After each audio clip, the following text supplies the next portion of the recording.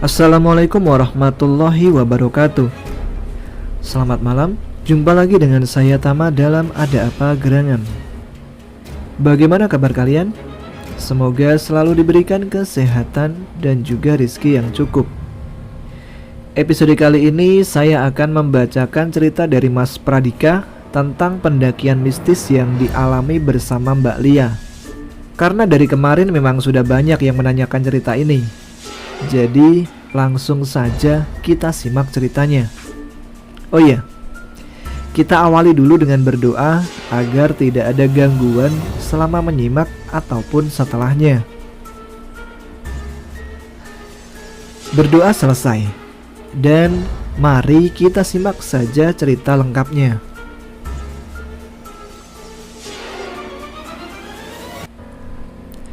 Pertama-tama saya ucapkan terima kasih untuk Mas Tama dan teman-teman semua. Saya bersyukur bisa mendapat respon positif dari teman-teman semua. Ini adalah kelanjutan kisah saya dan Lia. Kembali tokoh-tokoh yang ada di dalam cerita ini akan saya samarkan kecuali saya sendiri. Kita akan skip kisah saya ketika di Jogja, soalnya banyak bucinnya dan gak ada sama sekali kisah horornya. Setelah menghabiskan waktu selama 3 hari di Jogja, tibalah waktunya kami harus menuju Malang. Kami berangkat ke Malang menggunakan bis dari Jogja ke Malang. Di perjalanan, aku dan Lia hanya berbicara sedikit karena memang kami berangkat di malam hari. Sempat ada rasa kehampaan sih harus berpisah dengan Lia setelah 3 hari bersama melewatkan waktu di kota Jogja. Ya, Yogyakarta, kota sejuta kenangan dan keindahan. Di tengah perjalanan, aku melihat Lia yang sedang tertidur di sampingku. Aku pun berbisik ke Lia, "Terima kasih ya Lia." Dan ternyata Lia terbangun. Sesaat, dia pun membalasku dengan senyuman lucunya. Ya, aku sadar, setiap ada pertemuan, pasti ada perpisahan. Jadi ya aku harus terbiasa menjalani hari-hari esok seperti awal lagi. Pagi harinya kami sampai di terminal bis yang ada di kota Malang. Aku lalu mengajak Lia untuk mencari sarapan. Di saat kami sedang asik menyantap hidangan nasi pecel yang ada di warung pinggir jalan, Lia sempat bertanya padaku, "Mas, kamu yakin setelah ini mau naik ke Semeru?" Tanya Lia sambil mengerutkan dahinya dan menyipitkan matanya. "Yakinlah, walau aku gak ngarep sampai puncak sih. Bisa ngecamp di Kalimati aja udah jadi kebanggaan buatku yang pemula ini," ujarku. "Apa gak mau cari teman atau siapa gitu buat nemenin kesana Mas?" "Belum tahu sih Lia. Mungkin aku bakal nyewa jasa orang setempat untuk mengantarku ke sana." "Kenapa? Kamu mau ikut?" tanyaku. "Gak tahu Mas, aku masih trauma kayaknya Mas. Mana aku habis bentrok sama Vina dan Roy. Ditambah lagi dikasih bonus mas setan Mas. Kapok rasanya. Pendakian pertama malah gak kayak di film-film," ujar Lia. Aku pun hanya tersenyum mendengar jawabannya.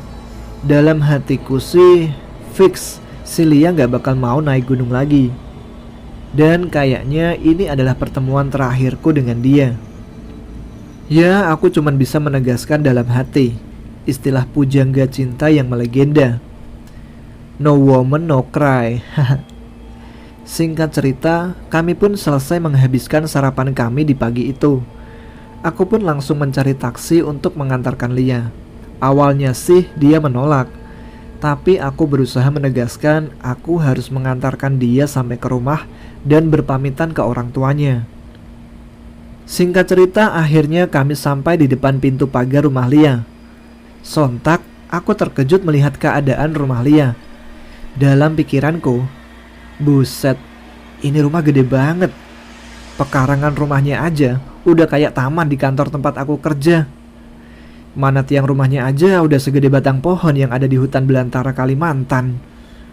Sumpah, aku minder banget deh. Sontak jiwa miskinku pun bergetar hebat. Gak kalah seram dengan melihat sosok-sosok di merbabu. Sesampainya di dalam rumah, aku pun bertemu dengan kedua orang tua Lia. Aku lalu berkenalan dan sedikit berbincang dengan ayahnya Lia. Dan aku tahu, ternyata ayah Lia adalah seorang pengusaha properti dan perhotelan di Jawa Timur, khususnya di daerah Malang dan Surabaya. Pantes aja orangnya tajir banget ya. Dan akhirnya aku tahu, ternyata Lia adalah seorang anak tunggal. Setelah ngobrol sedikit dengan orang tua Lia, aku lalu berpamitan untuk kembali ke kota karena aku mau persiapan untuk ke Semeru besok. Orang tua Lia pun sebenarnya menawarkan aku untuk bermalam di rumahnya, tetapi aku menolak dengan halus. Dan akhirnya aku pun diantar ke kota oleh Pak Supir keluarga Lia. Di perjalanan aku cuma diam dan sesekali berbicara dengan Pak Supir. Aku pun minta diantarkan ke sebuah homestay yang ada tepat di jantung kota Malang. Tujuannya biar akses aku selama di Malang enak. Sesampainya di homestay, aku pun langsung menghubungi si Doni. Ya, aku banyak bertanya ke dia tentang akomodasi ke Semeru, rental alat-alat pendakian, dan lain-lain. Doni pun sempat kaget mendengar keberadaanku di Malang saat itu. Doni berkata, "Gila Pak Bos, nekat banget ke Semeru." "Ya kalau direncanakan gagal terus Don, jadi ya dilanjutin aja." Doni lalu menjawab, "Mas, jangan sendiri, soalnya bahaya, takut sesat. Ntar sampai di Ranupane, cari aja jasa orang kampung yang mau mengantar. Soalnya kalau sampean hilang, ntar kasihan ibu pramugarinya." Haha. Sontak aku pun teringat sosok seorang pramugari. Ya, pramugari. Sebenarnya saat ini aku memang lagi dekat dengan Lia dan seorang pramugari. Dua sosok yang berbeda. Akan tetapi, komunikasiku dengan si pramugari memang sedikit lelet. Ibarat HP udah pakai sinyal 4G, tapi kuotanya nggak ada. Jadi ya lelet gitu. Maklumlah, sama-sama memiliki kesibukan yang super padat.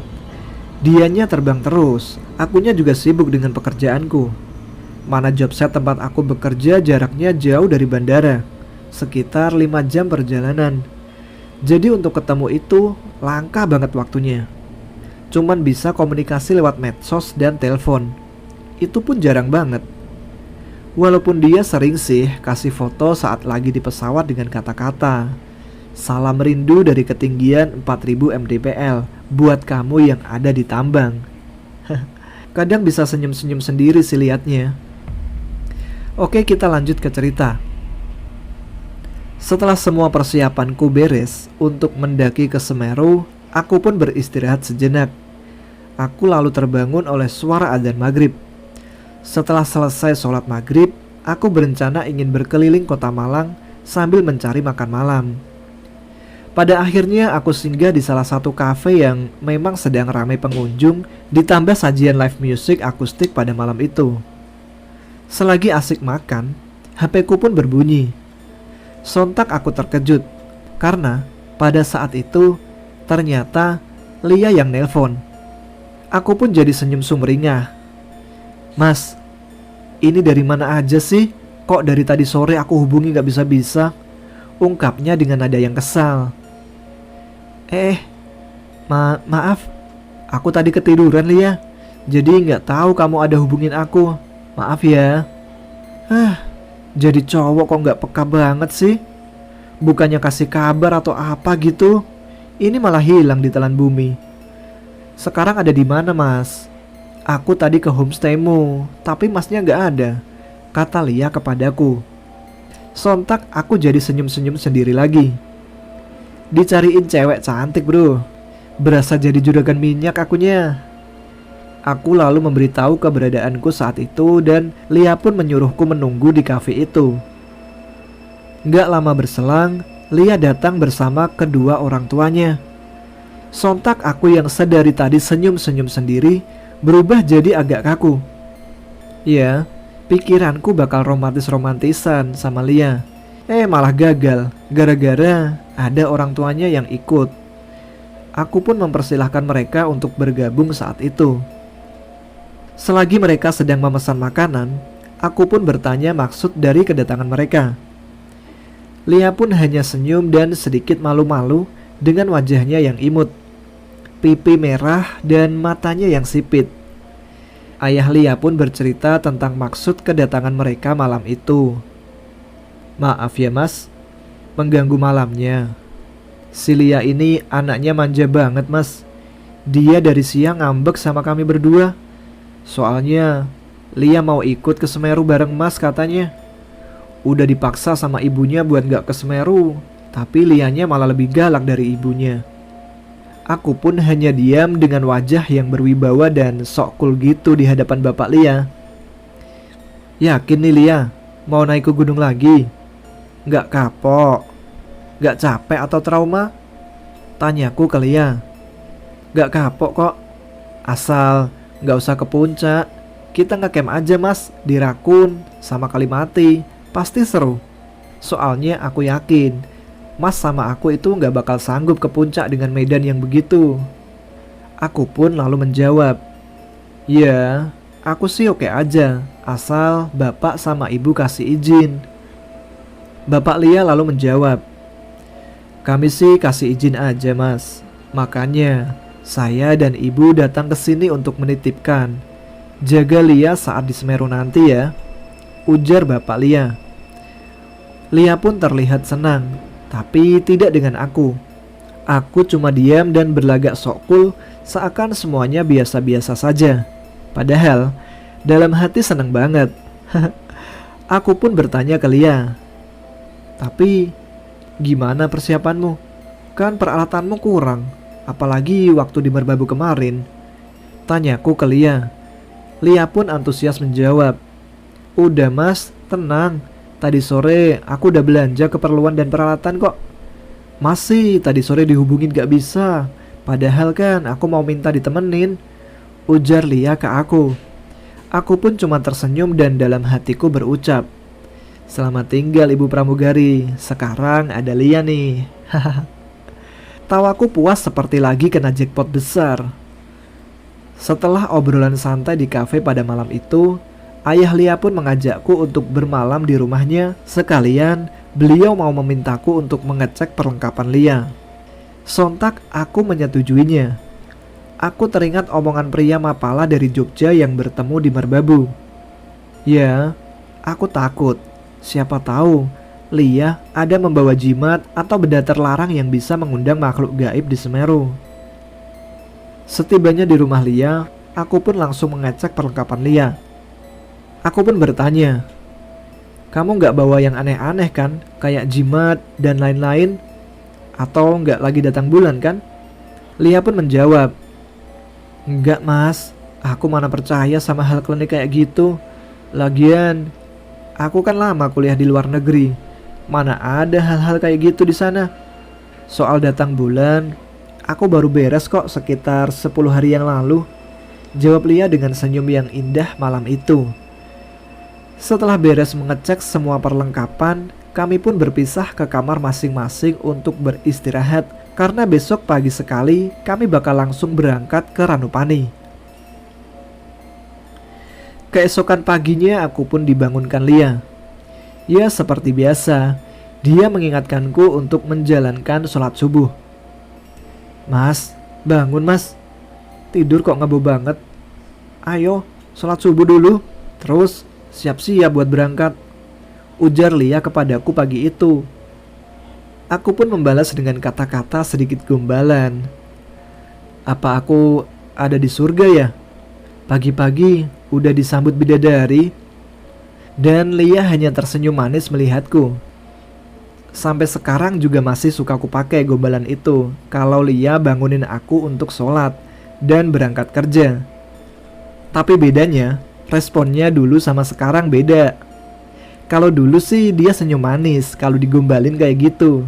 Tapi kalau sekarang, alah, malah suka noyor kepalaku dan berkata, "Basi." Maklum bro, sekarang aku udah kena SP3 dari Lia gara-gara kecemburuan dia sama aku di tempat kerja atau pas lagi dinas di luar kota. Apalagi sama pramugari. Wah, auto perang bro, kalau dia ingat masalah itu. Singkat cerita, pagi itu jeep yang mengantar kami ke Ranupani pun datang. Kami pun berpamitan dengan orang tua Lia sebelum berangkat.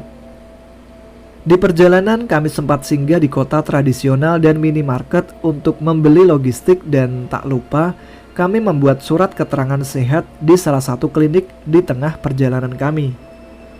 Sepanjang jalan, Lia sangat bersemangat. Kami ngobrol dengan penuh kehangatan, tak lupa Pak Edo yang juga ikut dalam obrolan kami yang begitu ramai. Sekilas tentang Pak Edo. Beliau adalah pria paruh baya yang begitu ramah. Beliau sudah lama menjadi sopir jeep yang mengantarkan para pendaki ke Semeru. Dari tahun 90-an lah, kata beliau.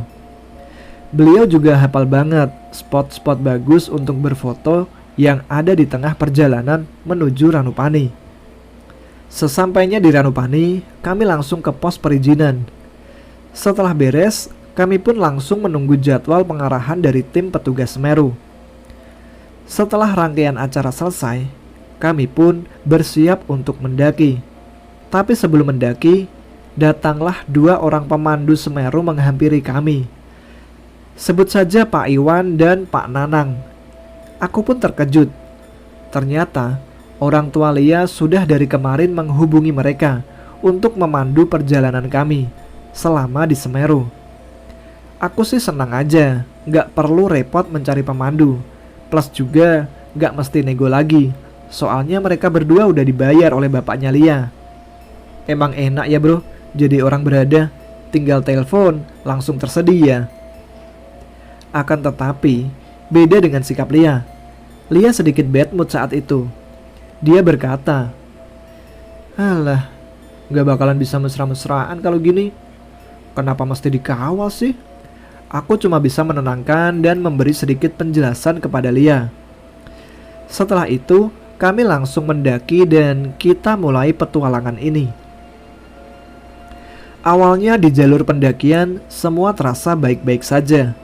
Aku dan Lia sering ngobrol tentang keindahan alam di Semeru, di mana Pak Iwan sebagai leader, Lia, aku dan Pak Nanang di posisi paling belakang.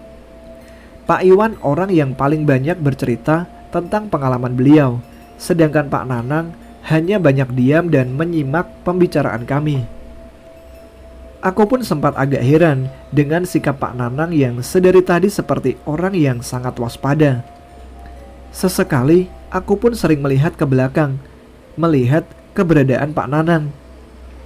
Beliau seringkali tertangkapku seperti sedang berbicara sendiri, tanpa aku tahu beliau berbicara apa dan kepada siapa. Aku pun ingin sekali bertanya kepada beliau, tapi aku takut kalau dianggap kurang sopan. Jadi aku pun hanya diam dan larut dalam banyaknya pertanyaan di dalam benakku. Pos demi pos kami lalui dengan lancar, walau memang kondisi kami diterpa rasa lelah yang lumayan hebat. Tetapi pemandangan di sana membuat aku seakan mendapat tenaga tambahan. Apalagi ditambah senyum dan tawa Lia, membuat semangat ini seakan berkobar.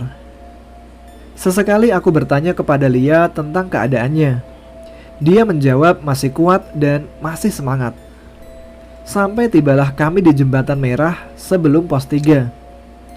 Udara yang tadinya panas sontak kurasakan dingin kembali. Ya, dingin yang sangat tidak enak, seperti yang kurasakan ketika di Merbabu.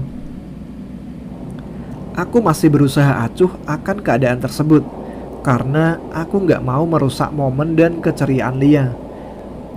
Sampai kami berada tepat di tengah jembatan merah, tiba-tiba Lia yang ada di depanku terdiam, menatap ke ujung jembatan. Aku yang ada di belakang Lia merasa keheranan dengan kondisi Lia yang tiba-tiba mematung. Aku pun mencoba bertanya kepada Lia, "Lia, kamu kenapa? Kok tiba-tiba diam gitu?" Lia pun hanya diam dan gak merespon perkataanku. Sontak Pak Iwan juga diam dan tak berbicara apapun saat itu. Tiba-tiba Pak Nanang langsung berjalan cepat menyalip kami bertiga. Lalu Pak Nanang tampak seperti berbicara pelan dengan bahasa Jawa yang Aku gak ngerti apa yang dikatakan beliau. Setelah beberapa saat, Lia langsung mundur ke belakang, tepat di sampingku. Aku yang tadi sangat heran dan ingin bertanya apa yang sebenarnya terjadi. Tapi ketika aku ingin bertanya kepada Lia, tiba-tiba Pak Iwan berkata kepadaku, seakan-akan dia tahu bahwa ada pertanyaan yang ingin aku sampaikan ke Lia. Udah mas, jangan dibahas dulu ya. Nanti aja kalau keadaan membaik baru kita bicarakan. Mas sama mbaknya jangan kosong pikirannya.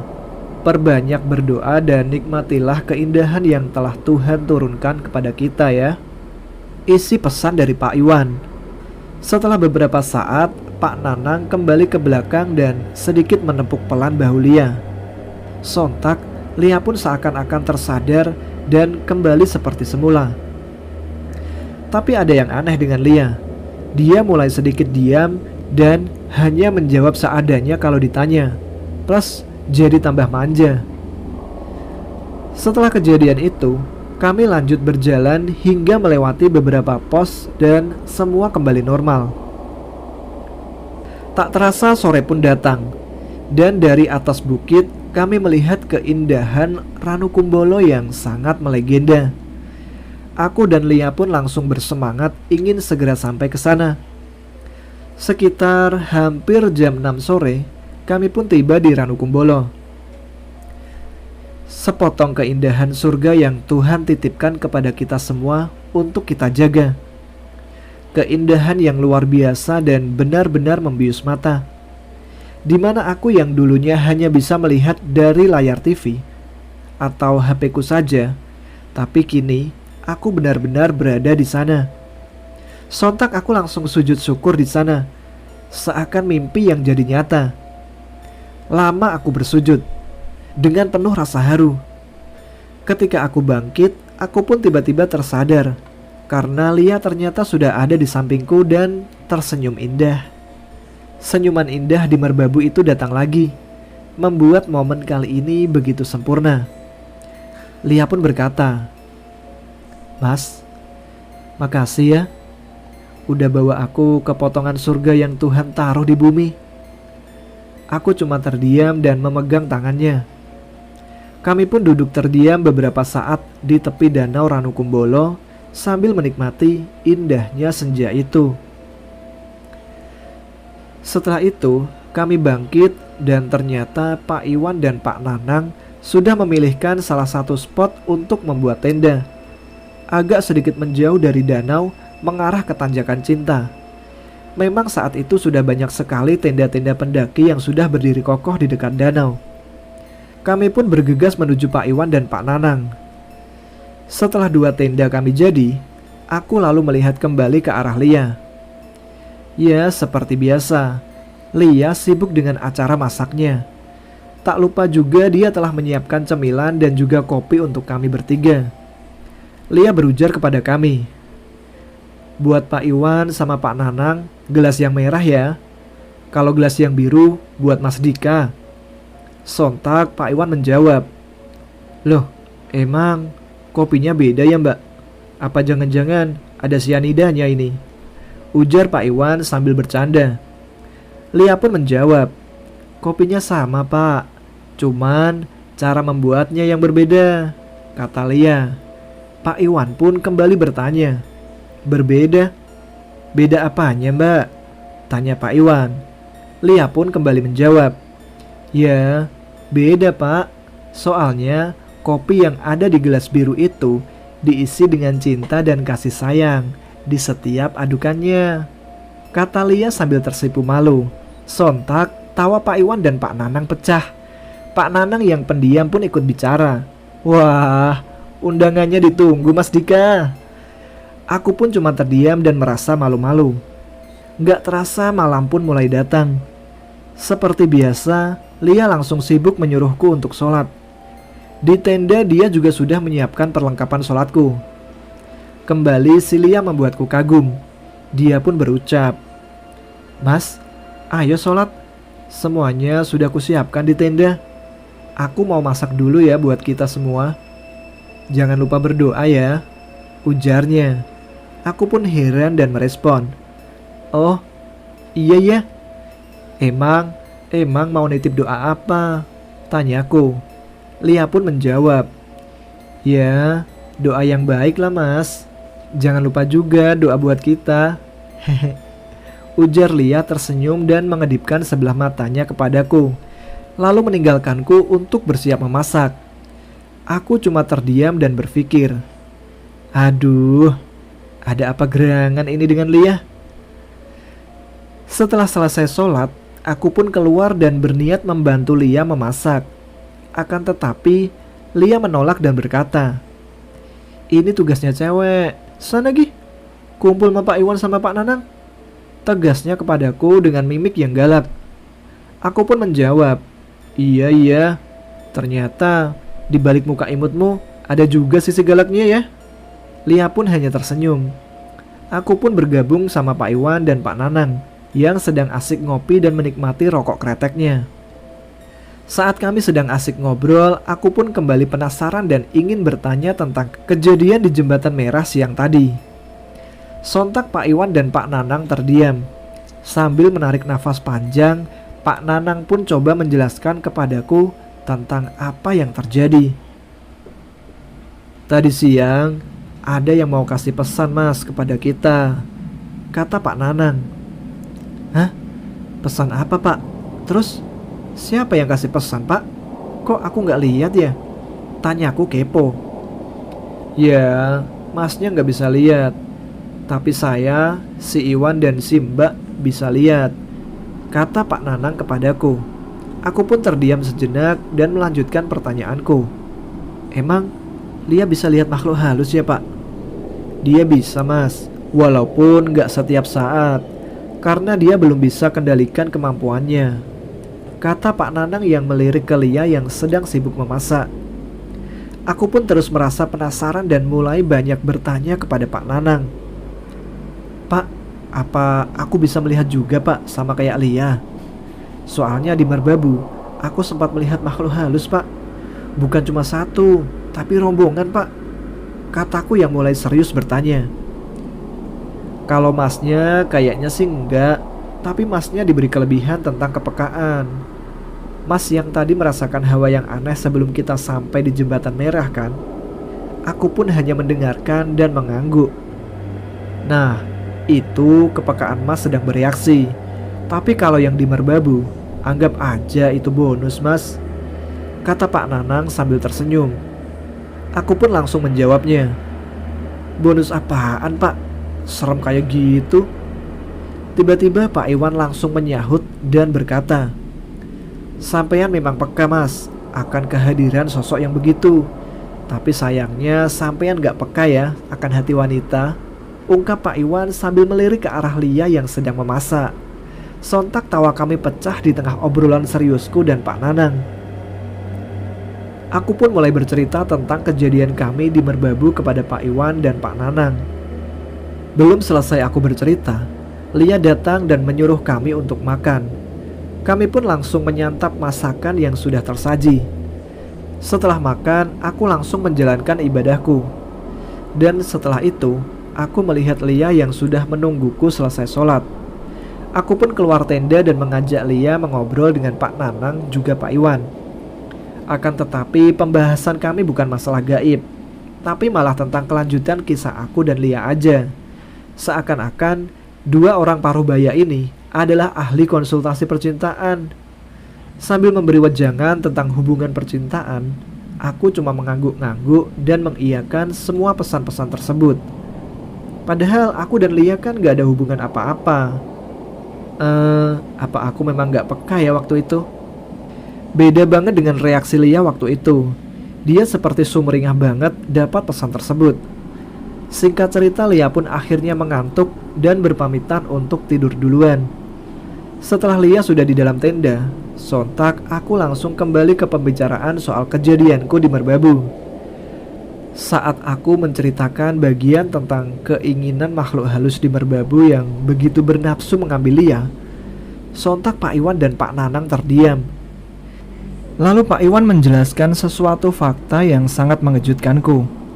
Ya, fakta sejarah yang bisa ku bilang kelam banget. Pak Iwan pun mulai bercerita. Jadi gini mas, kami sih nggak heran akan hal itu. Karena hal itu juga kami diberi tugas oleh ayahnya Mbak Lia untuk jaga kalian. Bukan nggak percaya sama sampean mas, tapi ini sifatnya cuman buat jaga-jaga. Jadi kenapa makhluk halus begitu suka dengan Mbak Lia itu ada 3 alasan mas. Yang pertama, Mbak Lia itu memiliki kemampuan lain daripada orang lain, di mana banyak makhluk halus yang mau bersahabat dengannya dan mungkin juga mau membawanya ke alam lain. Apalagi Mbak Lia terkesan acuh akan kemampuannya, sehingga dia nggak bisa mengendalikannya dengan baik. Alasan yang kedua mas, dia anak tunggal. Ingat, anak tunggal mas, dimana anak tunggal itu pasti anak kesayangan dan anak emas kan. Dia pasti jadi primadona buat makhluk halus. Bahkan ada banyak mitos tentang darah anak tunggal mas. Dan aku pun hanya terdiam mendengar 2 alasan tadi. Pak Iwan pun melanjutkan alasan yang ketiga. Dan ini alasan yang begitu mengerikan bagiku. Ini sebenarnya kisah masa lalu keluarga besar Mbak Lia mas. Maaf, bukan membuka aib. Akan tetapi kayaknya mas juga harus tahu, biar mas bisa menjaga Mbak Lia untuk kedepannya. Jadi sewaktu Mbak Lia masih berumur 3 tahun, dulu salah seorang kerabat dari ayah Mbak Lia itu pernah punya perjanjian dengan makhluk halus mas. Ya buat memperkaya dirinya sendiri. Orangnya memang kaya banget pada saat hidup dulu. Akan tetapi dia gagal memberi tumbal sebagai ganti dari kekayaannya, karena dia nggak memiliki anak dari 4 orang istrinya. Lalu kerabat itu mencoba untuk negosiasi tentang perjanjiannya untuk menumbalkan ponakannya sendiri, yaitu Mbak Lia. Akan tetapi orang tua Lia mengetahuinya, lalu segera mencari pertolongan untuk menyelamatkan Lia. Kebetulan saya dulu dan si Nanang bekerja dengan bapaknya Mbak Lia. Jadi saya membawa keluarga Mbak Lia ke salah satu kiai di salah satu daerah di Banyuwangi. Setelah bersusah payah, akhirnya perjanjian itu dapat dibatalkan. Akan tetapi beda dengan nasib kerabat Mbak Lia yang membuat perjanjian tersebut. Beliau malah jatuh sakit keras sampai semua hartanya habis untuk mengobati penyakitnya, dan akhirnya meninggal dunia mas. Nah, semenjak itu Mbak Lia bisa hidup normal. Ya walau begitu tetap saja orang tua Mbak Lia takut kalau masih ada efek dari perjanjian itu untuk Mbak Lia ke depannya. Sontak aku pun bertanya dengan rasa penuh keherananku. Bukannya perjanjiannya udah batal pak? Lagian yang buat perjanjian bukan orang tuanya Lia kan? Kok masih pada mau ngambil sih pak? Tanyaku keheranan. Pak Iwan pun kembali menjelaskan. Iya, bener mas, bukan orang tua Mbak Lia. Mereka pengusaha yang jujur kok. Dan benar, perjanjian sudah berakhir. Akan tetapi mas, setiap orang yang mau ditumbalkan dan gagal sudah pasti akan diingat oleh para makhluk halus, ya semacam diberi tanda oleh mereka. Dan juga makhluk halus itu sifatnya licik dan juga penuh tipu daya. Selalu aja mau menjerumuskan manusia ke dalam lingkaran mereka mas, ungkap Pak Iwan, dan aku cuma terdiam mendengarkan penjelasan mereka. Ya ada rasa kasihan sih akan keadaan Lia. Dan akhirnya aku tahu alasan kenapa makhluk gaib sangat menyukai Lia. Aku pun teringat kembali tentang kejadian di Jembatan Merah siang tadi. Ya, ucapan Pak Nanang akan sebuah pesan. Pesan apa? Dari siapa? Aku lalu bertanya kepada Pak Nanang untuk menanyakan isi pesan tersebut. Pak, tadi kan Bapak bilang ada sebuah pesan di Jembatan Merah. Pesan apa itu pak? Dan dari siapa untuk siapa? Tanyaku serius ke Pak Nanang. Sejenak Pak Nanang diam dan memandang ke arah tanjakan cinta. Lalu beliau mulai bercerita tentang sebuah pesan yang dia dapat tadi siang. Begini mas, Sebenarnya saya nggak mau menceritakan isi pesan itu. Takut Mas sama Mbaknya nggak jadi melanjutkan perjalanan ini. Karena Mas dan Mbaknya terlihat semangat sekali, jadi saya cuma bisa diam. Akan tetapi saya rasa sekarang Mas juga harus tahu pesan itu. Tadi di jembatan ada sosok wanita yang menghadang kita, Mas. Saya, Pak Iwan dan Mbak Lia melihat jelas sosok itu. Karena takut terjadi apa-apa, maka saya sontak berusaha mengendalikan keadaan dan berkomunikasi dengan sosok tersebut. Sosok tersebut berpesan kepada kita untuk tidak melanjutkan perjalanan ini, apalagi sampai ke area Arcopodo, karena akan ada hal yang sangat mengancam keselamatan kita, khususnya Mbak Lia. Ya, karena 3 hal tadi, Mbak Lia seakan sangat menarik bagi para penghuni di Arcopodo, Mas. Jiwaku yang sedari tadi sudah penasaran, lalu bertanya kembali. Sosok seperti apa sih, Pak, yang mau membawa Lia? Kok kayaknya serem banget ya? Tanyaku ke Pak Nanang. Pak Nanang menjawab, saya nggak bisa bilang sosoknya, Mas, tapi saya bisa tunjukkan penjaganya yang dari tadi mengawasi kita, ujar Pak Nanang. Aku pun kembali merasakan penasaran yang begitu hebat. Walau sebenarnya aku takut sih, tapi rasa penasaranku kembali mengalahkan ketakutanku. Bapak bisa tunjukkan? Saya mau lihat dong, Pak. Sebuah kalimat yang tak sengaja keluar dari mulutku yang jujur membuat aku menyesal sampai sekarang. Pak Nanang pun berkata, Mas bener mau lihat di mana sosok itu? Kalau mau, saya akan bukakan mata batin Mas. Semoga Mas tahan melihatnya. Dan kalau udah gak tahan, nanti saya akan tutup lagi mata batin Mas, ujar beliau. Aku pun cuma menganggukkan kepalaku, memberi isyarat setuju kepada Pak Nanang. Pak Nanang pun langsung mendekat kepadaku. Beliau menyuruhku menutup mata dan menempelkan telapak tangannya ke atas kedua mataku. Dan sesaat kemudian, beliau menyuruhku untuk membuka mata. Awalnya aku gak merasa ada hal yang aneh. Akan tetapi, saat Pak Nanang menuju ke arah para pendaki yang sedang ngumpul di tepi danau, aku pun terkejut melihat keadaan Ranukumbolo di malam itu.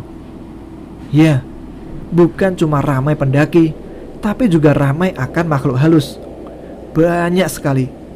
Ada yang duduk di atas tenda, ada anak kecil yang bergelantungan di atas tas para pendaki, ada juga yang memeluk erat kaki seorang pendaki. Ada yang cuma berbentuk kepala dan berguling-guling mengikuti tiap langkah pendaki yang ada di sana. Dan sosok-sosok aneh lainnya yang gak mungkin aku absen satu persatu. Sontak bulu kuduku merinding. Aku cuma bisa terdiam melihat hal itu.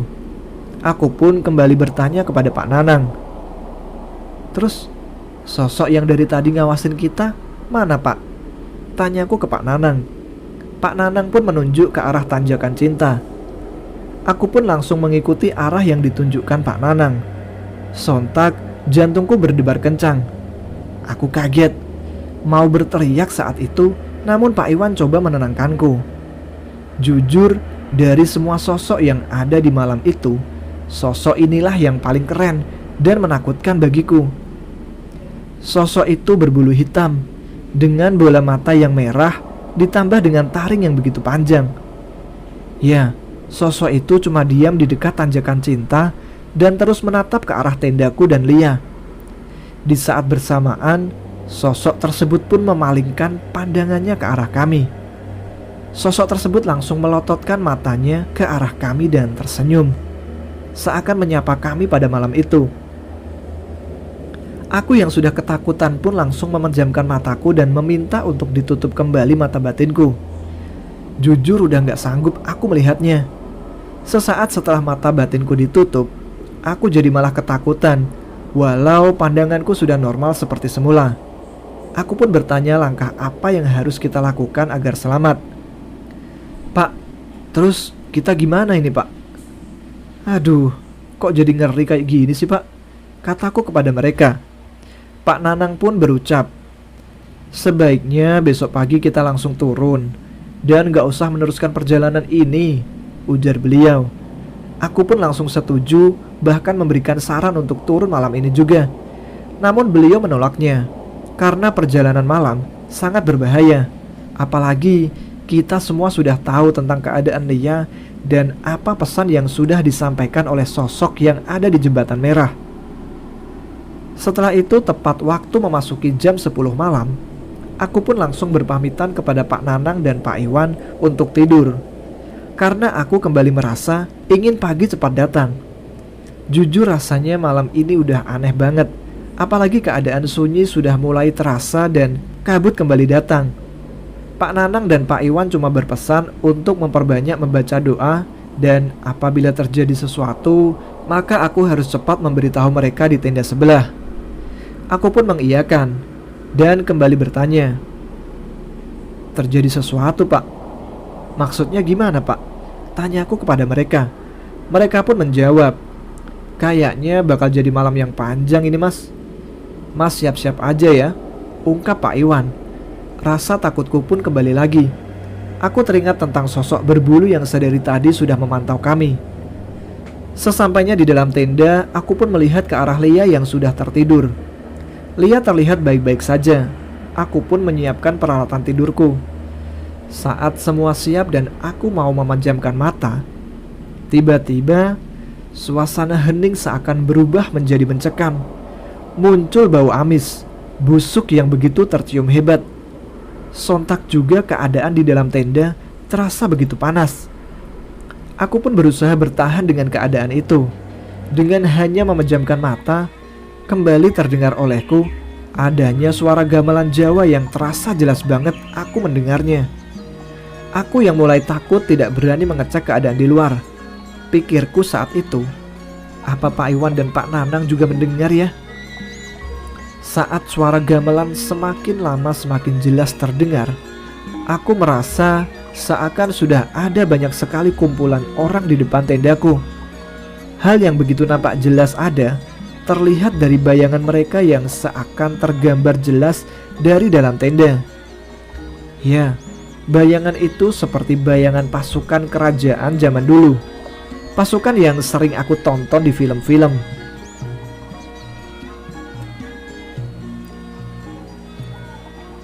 Terima kasih Mas Radika, cerita kali ini lumayan panjang ya ternyata. Ini mau dibuat 2 part atau langsung enaknya? Gimana? Oke, kita lanjut saja ceritanya ya. Siapkan kuota kalian, wifi tetangga kalian, wifi Pak Lurah, kuota istri, atau apalah, karena kita akan lanjut ceritanya. Bayangan itu seperti bayangan pasukan kerajaan zaman dulu. Pasukan yang sering aku tonton di film-film. Akan tetapi, semenjak ada bayangan tersebut, bau amis dan busuk pun langsung hilang seketika. Berubah menjadi bau wangi yang begitu indah. Wangi yang belum pernah aku cium sebelumnya. Jujur saja, wangi itu pun sangat menenangkan situasi malam itu.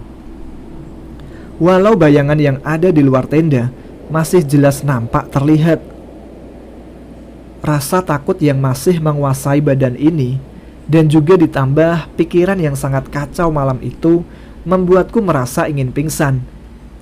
Ya, mungkin pingsan terus bangun di pagi hari dan semua kejadian terlewati. Pikirku saat itu, pingsan adalah jalan terbaik. Akan tetapi, aku malah gak bisa pingsan sama sekali. Yang ada mata ini malah seakan tidak bisa tertutup. Entah berapa lama kejadian itu berlangsung, sampai akhirnya aku mendengar suara yang begitu jelas ada di dalam tendaku. "Cah Ayu, sudah datang." Suara lembut yang aku sadar ada di sampingku. Ya, tepat di posisi Lia. Sontak aku terkejut dengan keberadaan suara itu. Refleks, aku pun langsung melihat ke arah Lia. Aku kaget sekaget-kagetnya. Aku melihat sosok seorang putri cantik yang sedang menidurkan kepala Lia tepat di pangkuannya, dengan membelaikan tangan mulusnya ke kepala Lia. Aku cuma bisa terdiam dan tidak bisa bergerak sama sekali. Bahkan memejamkan mata saja merasa tak sanggup. Aku terus memandangi sosok putri cantik bermahkota itu. Dia masih saja terus mengelus-eluskan tangannya ke rambut Lia. sampai dia sadar bahwa aku sedari tadi memperhatikannya. Dia tersenyum manis dan berkata kepadaku, "Jangan takut, Le." Sontak aku terdiam dalam rasa takutku. Walaupun cantik, aku sadar sosok ratu di depanku ini adalah makhluk beda alam denganku. Sosok itu pun melanjutkan perkataannya, "Kalian aman. Aku dan para pengawalku yang menjaga kalian," ungkapnya kepadaku. Tiba-tiba seakan ada kekuatan yang bisa keluar dari mulutku untuk berbicara.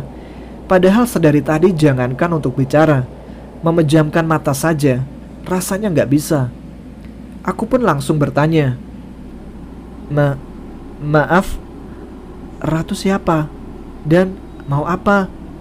Tolong jangan ganggu kami. Kami besok langsung turun kembali kok. Dan apabila ada salah dari kami berempat, mohon sudi kiranya Ratu memaafkan," ungkapku yang sangat tulus malam itu. Yang tanpa ku sadari, air mataku menetes. Sosok itu pun membalas pertanyaanku. "Cah Bagus, kamu gak perlu tahu siapa aku. Aku di sini datang untuk menjaga kalian dan kamu gak perlu takut," ungkapnya kepadaku. Aku cuma bisa terdiam dan gak bisa melanjutkan pembicaraan tersebut. Setelah beberapa saat, sosok itu pun berpamitan kepadaku dan berkata, "Aku harus kembali, dan kalian juga harus kembali. Segeralah turun apabila mentari sudah bersinar," pesannya kepadaku. Aku pun hanya menganggukkan kepalaku. Aku melihat sosok itu hilang bagikan debu yang tertiup angin. Setelah sosok itu pergi, keadaan seakan kembali ke asal. Tak terasa, alarm di HP-ku berbunyi, menandakan waktu sholat subuh telah tiba. Sontak aku pun terkejut dan merasa aneh lagi. Kenapa waktu seakan berputar cepat? Aku yang hanya merasa baru melewatkan beberapa jam di dalam tenda, tapi ini malah sudah waktunya sholat subuh. Dalam rasa heran, aku coba menguatkan badanku untuk melihat keluar tenda. Betapa terkejutnya, aku melihat titik-titik dari cahaya matahari yang mulai menembus gelapnya malam. Sontak aku mengecek jam dan HP-ku. Ya, waktunya sama. Aku hanya heran dan kebingungan. Aku langsung bergegas bersiap untuk sholat subuh. Lia pun terbangun dan sepertinya gak merasakan apa-apa semalam. Aku cuma heran melihat tingkah riangnya. Setelah selesai sholat, aku pun bergegas menuju ke tenda Pak Iwan dan Pak Nanang. Ternyata mereka juga sudah bangun. Ketika menyapa mereka dan ingin bercerita tentang keadaan semalam, Lia datang dan mengajakku untuk berkeliling danau Ranukumbolo pagi itu. Aku cuma mengiyakan dan meninggalkan Pak Iwan dan Pak Nanang dengan sejuta pertanyaan di kepalaku. Pagi yang indah di Ranukumbolo. Aku dan Lia kembali duduk di tepi danau, hanya terdiam melihat keindahan mentari pagi yang seakan keluar dari tengah Ranukumbolo. Walau sedikit tertutup kabut tipis di danau Ranukumbolo, tapi tidak mengurangi keindahan pagi itu. Terlihat juga banyak para pendaki yang saat itu ramai mengabadikan foto di Rakun pada pagi itu. Sejenak, rasa takutku hilang dibius oleh indahnya momen itu. Setelah menghabiskan waktu di tepi danau, aku dan Lia kembali ke tenda. Nampak Pak Nanang dan Pak Iwan yang sudah ada di sekitar tenda kami. Tampak jelas wajah Pak Nanang dan Pak Iwan yang terlihat letih. Lia pun langsung sibuk memasak untuk sarapan pagi. Aku pun langsung menghampiri Pak Iwan dan Pak Nanang. Aku langsung menceritakan semua kejadian aneh semalam. Dari sosok ratu, bayangan pengawal, bau wangi, bau amis, dan yang paling aneh adalah waktu yang seakan cepat berlalu.